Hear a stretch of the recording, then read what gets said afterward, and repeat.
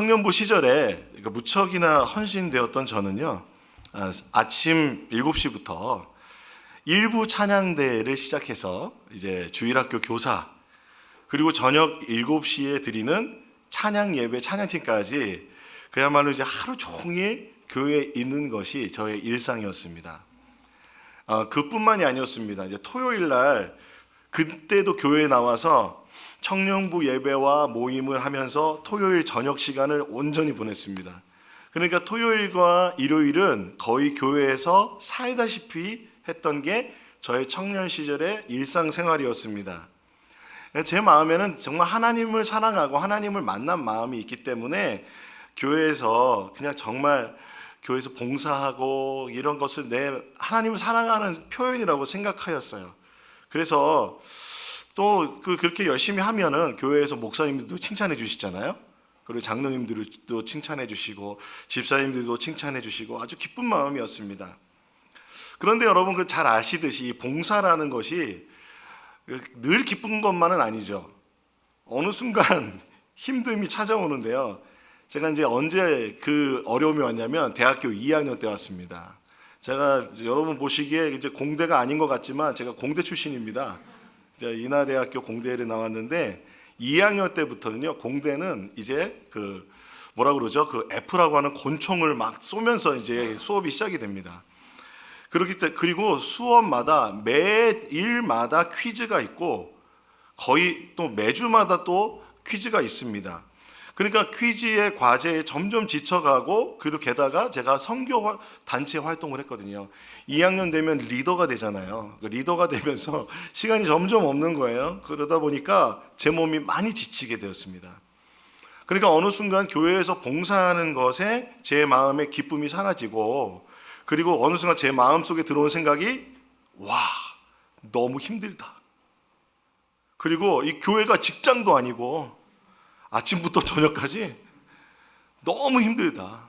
정말 위험이 올 정도로 신경도 쓰고, 그래서 주일에 하나님께 봉사하는 것이 주일 성수라 배웠었거든요. 그런데 그 주일 성수라는 것이 제가 하나님을 누리는 것은 누리지 못하고 그냥 하나님을 그 교회에 봉사하는 것만 열심히 하다가 어느 순간 제게 큰 시험거리가 되었던 기억이 있습니다. 오늘의 본문은요, 예수님께서 베푸신 요한복음에서 나타난 세 번째 표징입니다. 근데 여기에 예수님과 유대인들 사이에서 일어난 안식일 논쟁이 오늘 본문에 나타나 있습니다. 그러니까 표징에 대한 설명은 이미 우리가 여러 번 했기 때문에 다시 하는 것은 의미가 없겠지만, 여러분 반복은 교육에서 효과적인 방법이기 때문에 한 번 더 말씀드리자면, 표징은 세메이온이라는 단어인데 이것은 예수님의 신성, 즉 예수님의 하나님 되심을 나타내는 상징입니다. 그래서 요한복음에는 약 7개 정도의 표징이 기록되어 있습니다. 그래서 그 표징의 목적이 뭐냐면 예수가 살아계신 그리스도이시고 예수를 믿음으로 말미암아 구원받는 것을 나타내는 것이다 라고 설명드렸었습니다. 오늘의 표징은 이 세 번째 표징인데요, 잠시 그 설명을 좀 드리자면은 예수님께서 유대인의 명절에 따라서 예루살렘에 다시 올라가셨을 때 일어난 표징입니다. 예루살렘에는 양의 문이라는 곳에 오늘 세 번역 성경에는 베드자다라는 연못이 있었습니다. 이 베드자다라는 연못은 개역개정에서 우리가 잘 아는 베데스다라는 연못입니다. 이 연못의 이름은 베데스다인데 그 뜻이 뭐냐면 자비의 집입니다. 이 연못은 2개의 연못으로 구성이 되어 있고요, 그 안에는 5개의 주랑이 있었습니다. 이 주랑이란 말이나 여러분 잘 이해가 안 되시죠? 이게 행각이라는 건데 한번 설명드렸었습니다. 이렇게 위에 지붕이 있고 기둥으로만 구성된, 그리고 사람들이 거기서 머물 수 있는 그런 공간이 바로 행각 또는 주랑이라고 합니다. 이 2개의 연못 사이에 그 끄트머리에 4개의 주랑이 위치하고 있었고, 그리고 가운데에 하나의 주랑이 있었다고 합니다. 그리고 이 연못은 양의 문이라고 하는 것처럼 재물을 가져왔을 때 그 재물을 씻는 곳이라는 이야기도 있습니다. 근데 이 5개나 되는 행각의 이 주랑에 누가 있었냐면 병자들이 있었습니다. 시각장애인, 지체장애인, 혈기 마른 사람들이 누워 있었습니다. 그 이유가 뭐냐면 물의 움직임을 기다리는 겁니다. 이 베데스다에는 하나의 속설이 있는데 이 물의 움직임이 있을 때 제일 먼저 들어가는 사람이 어떤 병이든 병고침을 받는다는 것이었습니다. 그리고 이 물의 움직임이 누구를 주느냐 했을 때 바로 주님의 천사들이 내려와서 물을 휘저 놓는 것이라는 것입니다. 사람들이 그렇게 믿었습니다. 그런데 거기에 한 사람이 있는데 그 사람이 누구냐면 38년째 누워있는 사람입니다. 병으로 고통받는 사람이었습니다. 근데 예수님께서 그 사람을 보시고 그 사람을 아셨습니다. 그 오랜 병으로 가진 고통을 예수님 보셨습니다. 그 요한복음에 보면은요, 요한복음에 나타난 예수님은 그 신성 중에 하나가 뭐냐면 우리의 어떠함, 그 사람의 어떠함을 다 아시는 분이십니다. 그래서 이 사람을 아시는 주님께서 6절과 7절을 같이 한번 읽어볼까요? 시작. 누워있는 그 사람을 보시고 또 이미 오랜 세월을 그렇게 보내고 있는 것을 아시고는 물으셨다. 낫고 싶으냐? 그 병자가 대답하였다. 주님, 물이 움직일 때에 나를 들어서 못에다가 넣어주는 사람이 없습니다. 내가 가는 동안에 남들이 나보다 먼저 못에 들어갑니다. 이 38년 된 병자를 아시는 예수님께서 낫기를 원하느냐? 근데 정말 낫기를 원합니다 라는 말보다 이 사람이 하는 어떤 말에 의하여 우리가 그 사람의 신념을 알 수 있습니다. 뭐예요? 물이 움직일 때 연못에 들어가면 치유를 받는다라는 신념이 있었어요. 정말 그럴까요, 여러분? 정말 그런 일이 일어났을까요? 성경에는 그 설명이 없어요. 그런데 어떤 그 사본들에는 지금 그 주님의 천사들이 물을 휘저 놓고 그 처음 들어간 사람이 어떤 병이든 낫는다라는 내용이 없다고 합니다. 그러니까 우리가 추측해 볼 수 있는 것은 물의 움직임은 분명히 있었고, 그리고 그 물을 휘저 놓는 것이 주님의 천사다. 그리고 제일 먼저 들어간 사람이 낫는다라는 것은 그 이후에 생긴 속설 또는 미신이라고 볼 수 있습니다. 여러분, 이것이 사람들에게 그 믿음이 되고 신념이 된 것입니다. 여러분, 사실 정말 좋은 성분을 가진 호수들을 여러분 아십니까? 진짜로 있습니다. 그렇죠? 안 가보셨는지 모르겠지만 우리나라는 그런 호수들이 없지만 해외 선교 여행 중에서 제가 중앙아시아의 키르기즈스탄에 간 적이 있었습니다. 거기에서 꼭 한 호수를 가봐야 된다고 그랬어요. 그런데 제가 못 가봤습니다. 아쉽게도. 근데 그 호수에 가면 첫 번째 마음의 치유가 일어나고 육체적인 치유가 일어난다는 거예요.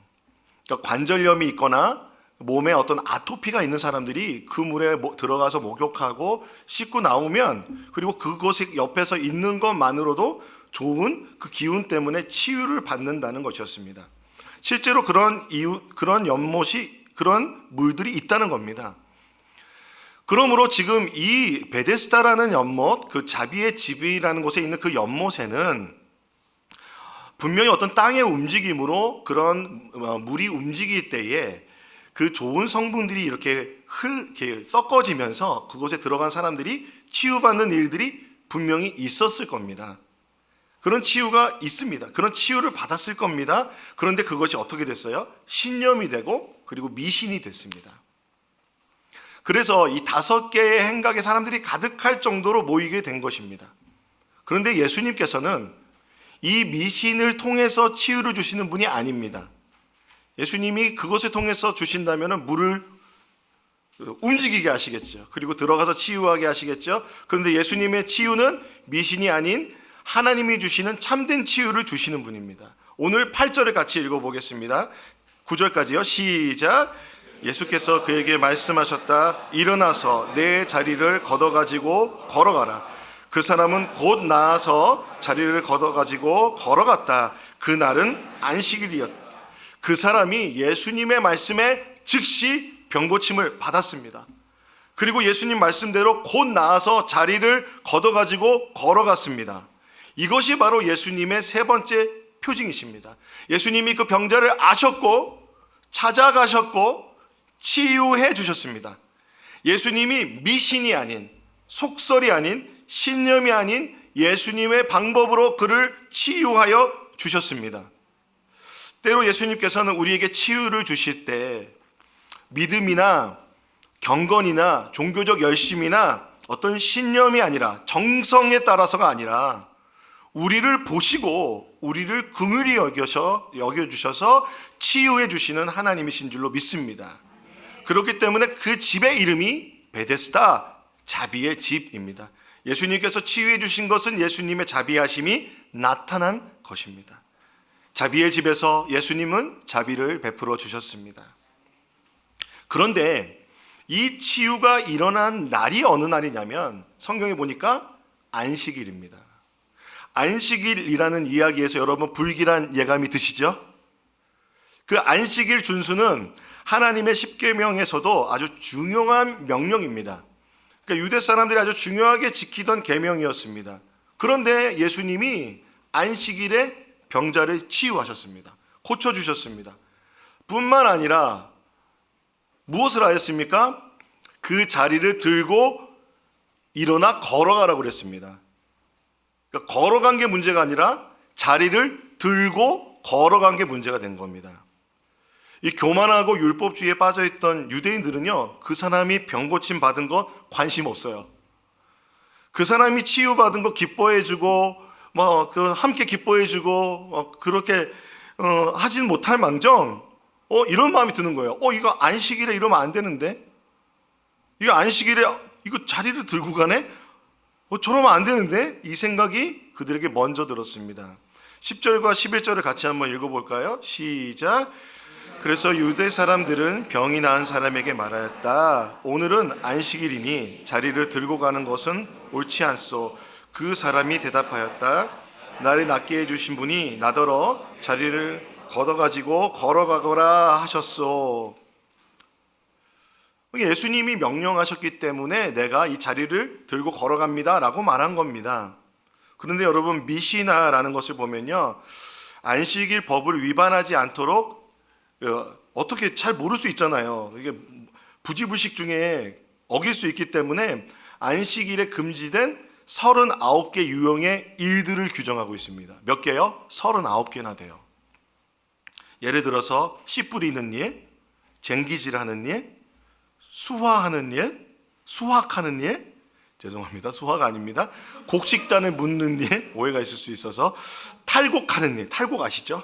예, 작물을 씻는 일, 으깨는 일, 채로 거르는 일, 반죽하는 일, 빵을 굽는 일, 양털을 깎는 일, 양털을 두들기는 일, 양털을 염색하는 일, 실을 뽑는 일. 아이고, 너무 많죠. 이것보다 더 많습니다. 그런데 그 중에 이런 게 있습니다. 어떤 물건을, 어떤 것을 한 장소에서 다른 장소로 운반하는 것이 포함이 됩니다. 안식일 준수에 뭐예요? 아무것도 하면 안 되는 겁니다. 정말 이렇게 보면은 하지 않아야 되는 게 너무 많습니다. 이것이 여러분 율법주의입니다.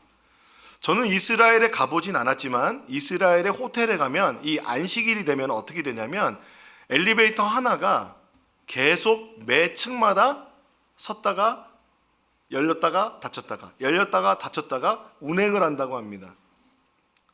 그러니까 엘리베이터가 운반하는 거지 우리가 운반하는 건 아니잖아요.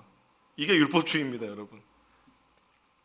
그러므로 이 안식일 준수라는 것이 그들에게는 굉장히 중요한 것이었는데 자리를 들고 일어나 걸어가는 이 행동은 유대 사람들이 모두 볼 때 이거 안식일 위반이다. 그래서 고발하게 되는 겁니다. 그리고 나서는 이렇게 너에게 명령한 사람이 누구냐? 찾기 시작합니다. 수사가 시작이 된 거죠. 처음엔 예수님 찾지 못했는데 이후에 이 병 고친 사람과 예수님이 만나게 됩니다, 성전에서.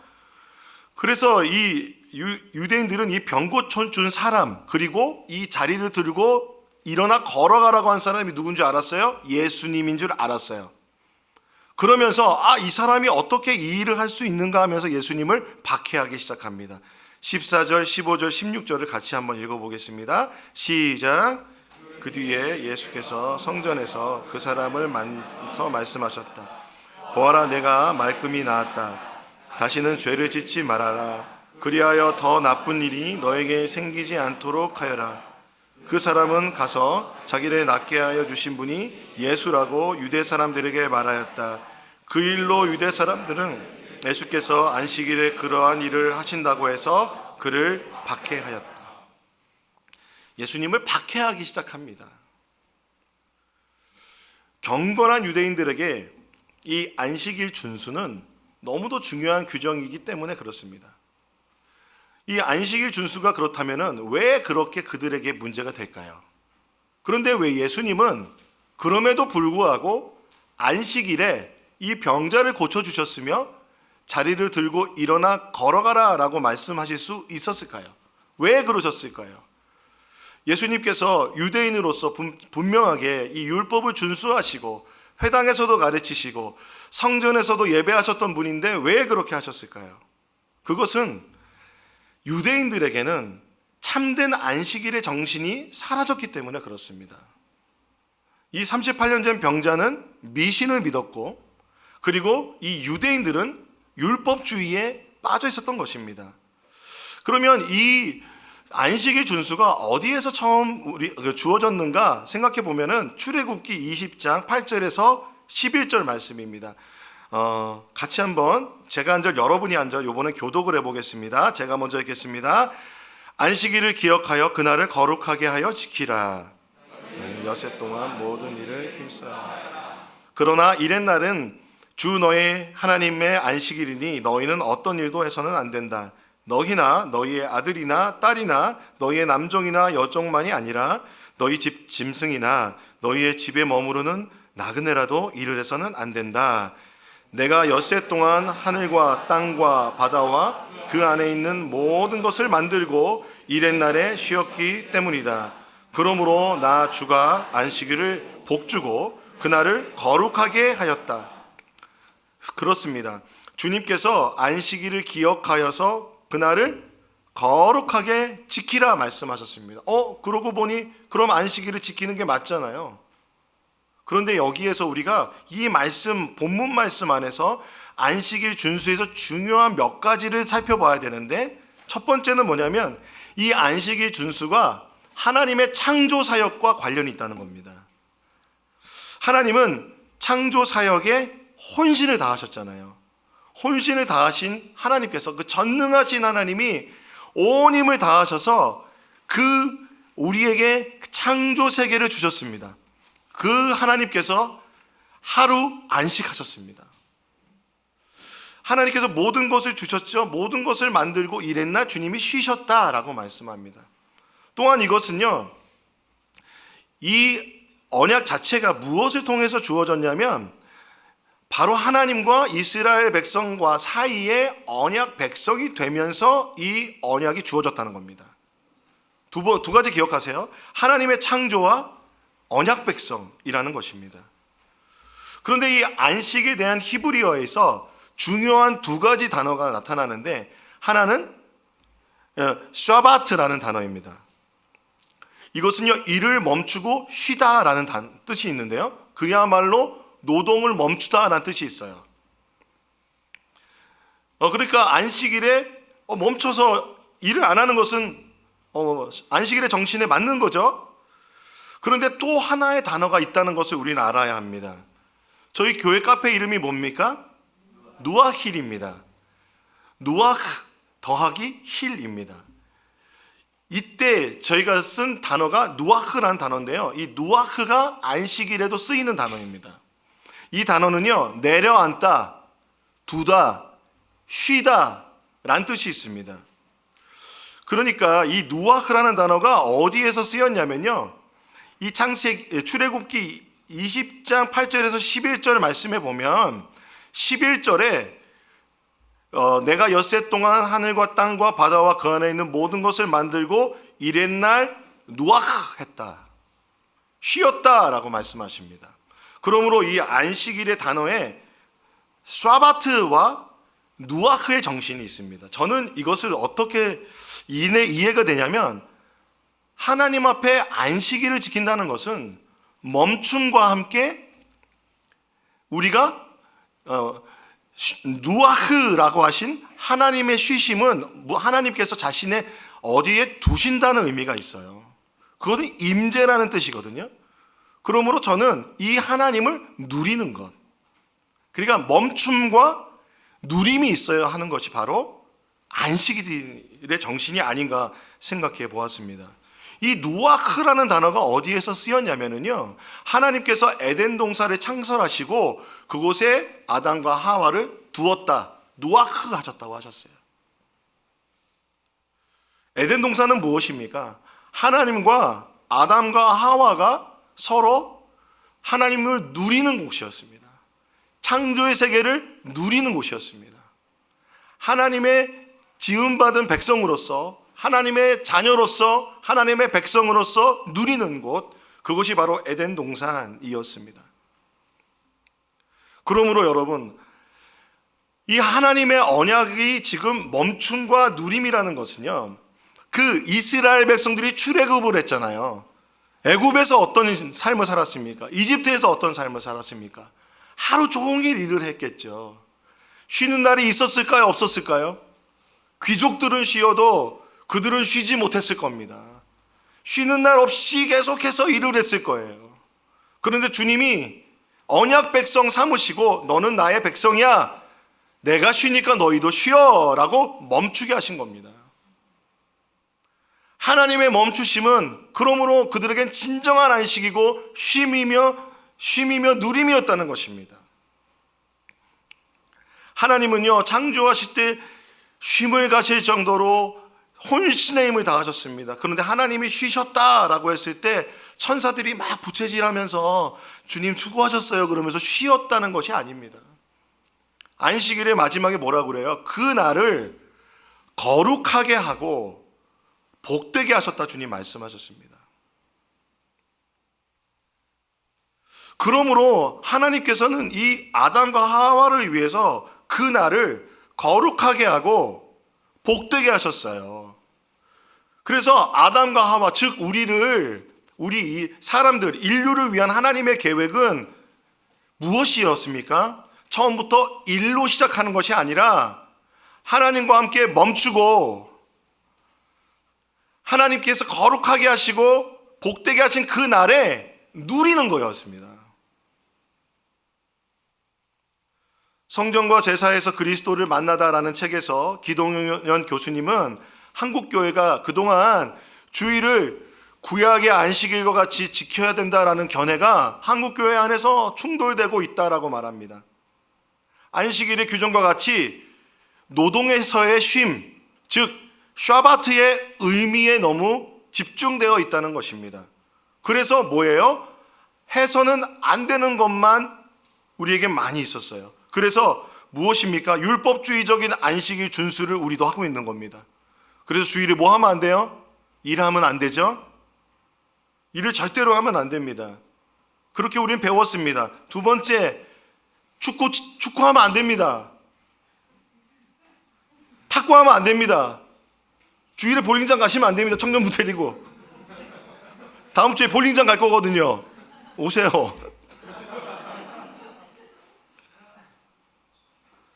돈도 쏘면 안 돼요. 그런 의미로 받아들여졌기 때문에 이 주일 성수의 개념이 새로운 율법주의적 경건의 개념으로 받아들여졌습니다. 그런데 그렇기 때문에 하루 종일 지쳐서 봉사하는 거예요. 근데 아이러니하죠. 다른 일을 멈췄는데 또 다른 일을 하고 있어요. 무엇입니까? 누림이 없는 겁니다.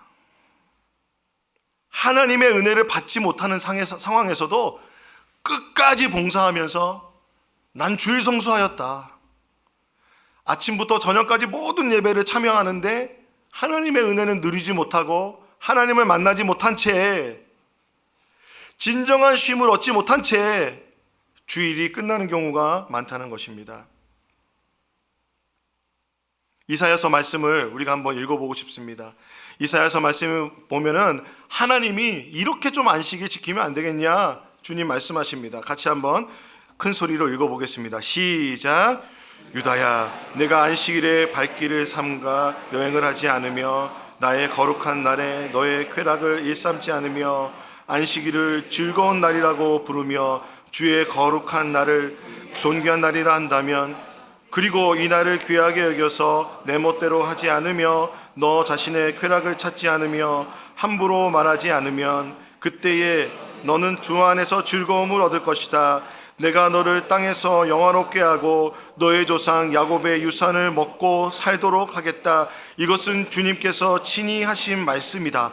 여러분 다시 또 헷갈리기 시작하죠. 안 해야 되는 게 여행을 하면 또 안 된다고 그러고 어떡하죠? 그런데 여기에 여러분 멈춤의 정신에서 중요한 초점이 있습니다. 너 자신의 쾌락을 찾지 말라고 하시는데요. 이거 개역 개정에서는 오락을 찾지 말라고 했어요. 그렇기 때문에 한국 교회에서는 탁구도 안 되고 축구도 안 되고 볼링도 안 되고 당구도 안 되고 다 안 되는 거였죠. 그런데 여러분 생각해 보면은 이 어원이 무엇이냐면요, 원어적으로는요, 일상생활에서 무엇을 얻거나 이루기 위해서 강하게 집착하는 것을 놓아라는 뜻이랍니다. 이스라엘 백성들에게 노동의 쉼, 내가 쉰다는 것, 노동의 멈춤이 안식이었던 이유가 있어요. 그렇죠? 뭔가의 외부의 압제에 의해서 내가 쉬고 싶은데도 쉴 수 없는 상황이었던 거죠. 여러분, 우리는 쉼이 필요합니다. 하나님 우리 그렇게 만드셨습니다.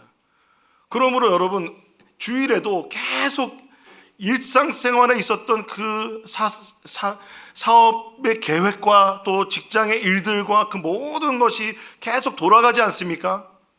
그때 주님은 멈추기를 원하시는 거예요.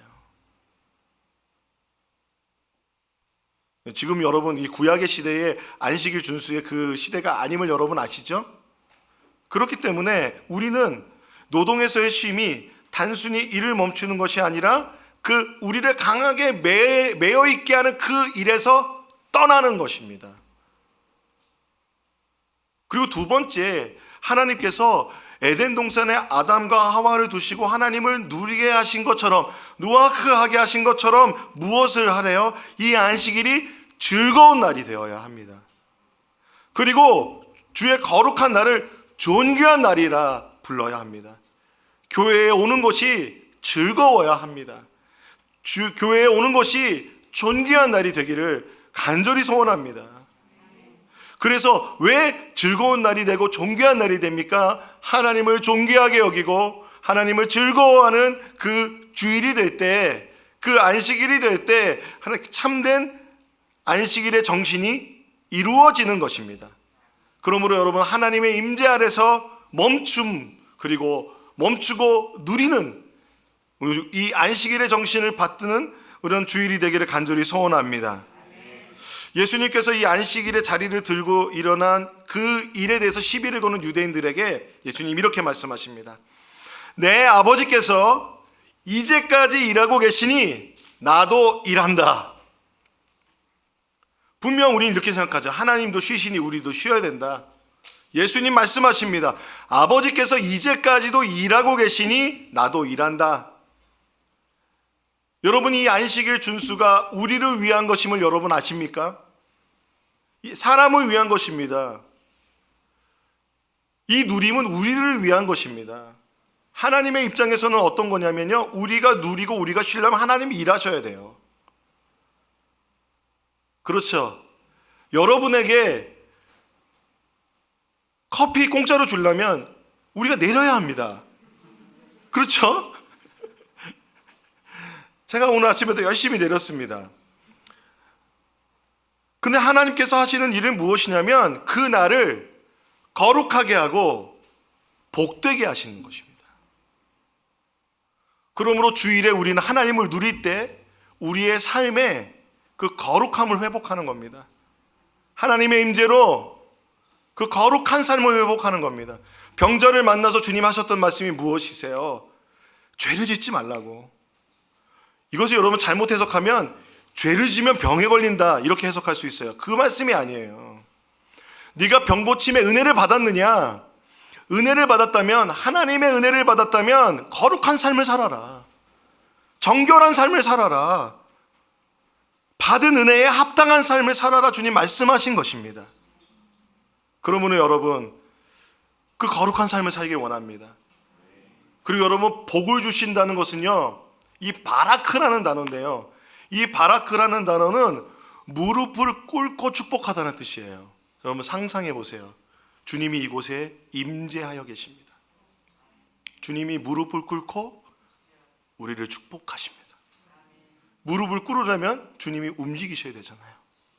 주님도 이곳에 임재하십니다. 무릎을 꿇고 우리에게 복을 주십니다.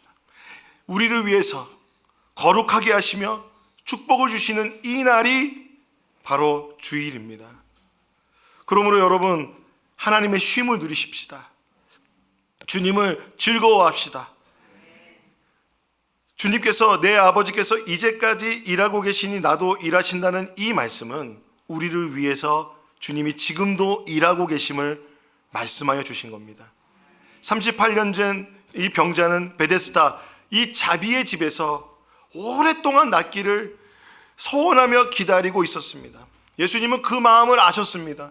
오랫동안 그곳에서 기다렸다는 걸 아셨습니다. 그 미신을 믿으면서 기다렸던 그를 아셨습니다. 그래서 주님이 내가 낫기를 원하느냐 말씀하시면서 그 필요와 결핍과 궁핍의 상황을 물으시고, 율법의 정신이 아니라 하나님의 자비와 사랑으로 자리를 들고 일어나 걸어라 말씀하셨습니다. 그 주님께서, 예수 그리스도께서 하나님이십니다. 예수는 그리스도시요 살아계신 하나님의 아들이십니다. 우리 기독교는 주일을 안식일로 지킵니다. 안식일은 유대교에서는 토요일이에요. 그런데 우리는 주일을 지키는 것은 예수님이 부활하신 그 날을 기념하는 겁니다. 예수님이 부활하신 것은 타락한 세상을 새롭게 창조하신 새 창조입니다. 그리고 예수님의 부활은 그 부활의 생명을 기념하고 누리는 시간입니다. 이 주님의 날에 우리가 함께 모여 예배하고 떡을 떼고 성찬을 지키는 것, 디다케에서 초대교회부터 지키고 있었던 것입니다. 창조주 하나님께서 언약을 맺으시고 출애굽한 그 구원하신 백성들과 그 성막에서 함께 임재하여 주셨던 것처럼, 십자가에서 새 창조를 이루신 예수 그리스도께서 예수 그리스도를 믿는 그리스도인 우리들에게 임재하여 주셔서 하나님의 한없는 사랑과 자비하심을 부어주셔서 우리에게 하나님을 깊이 누리게 하며 그분을 즐거워하며 이 날이 존귀하게 되는 그날이 되게 하실 것을 믿습니다. 아멘. 아멘. 그래서 저는 소원합니다. 높은 뜻 안성교회에 와서 예배드리면 마음에 치유가 있길 원합니다. 이곳에서 예배할 때 하나님께서 우리의 육신에 치유를 주시기를 소원합니다. 또한 이 경제적인 세계적인 팬데믹 불황 속에서 하나님 우리에게 살 길을 열어주시기를 소원합니다. 우리는 주님을 누립시다. 그 아버지를 누립시다. 그 아버지께서 우리를 아십니다. 그 품 안에서 우리는 안전할 줄로 믿습니다. 우리 함께 찬양하지 않으시겠습니까?